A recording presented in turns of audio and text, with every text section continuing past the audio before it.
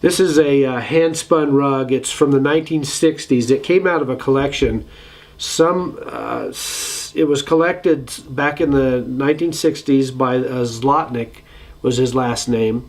He brought this collection back to Pennsylvania, and this Stephen Zlotnick actually inherited these rugs and contacted us and asked if we could help him move them, because he didn't have the same love of rugs or Navajo art that his grandfather did.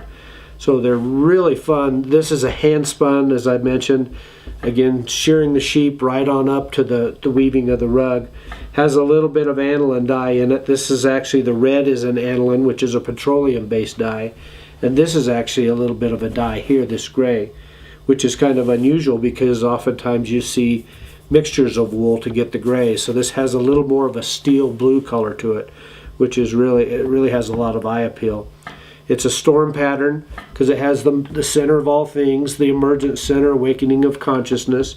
Has the four sacred mountains on the direction, water bugs, little lightning strikes going on here, and thunder ripping down the sides. It's one of those rugs that has a lot of meaning in the Navajo culture.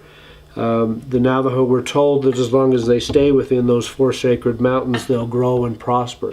It's part of the emergence, the coming into being, and weather. The water is a huge aspect of the life of Navajo culture. Without it, they're sunk. They don't have what they need to be sustained and nourished. And so these storms that move across the reservation in the summer and even in these late winter months are very, very important to them. They have to get that moisture then. So that's why you see these storm pattern rugs. They're a representation of what is needed to sustain the reservation or their Navajo lands, and also the nature that it all came from. Just a beautiful rug, 1960s. Very nice.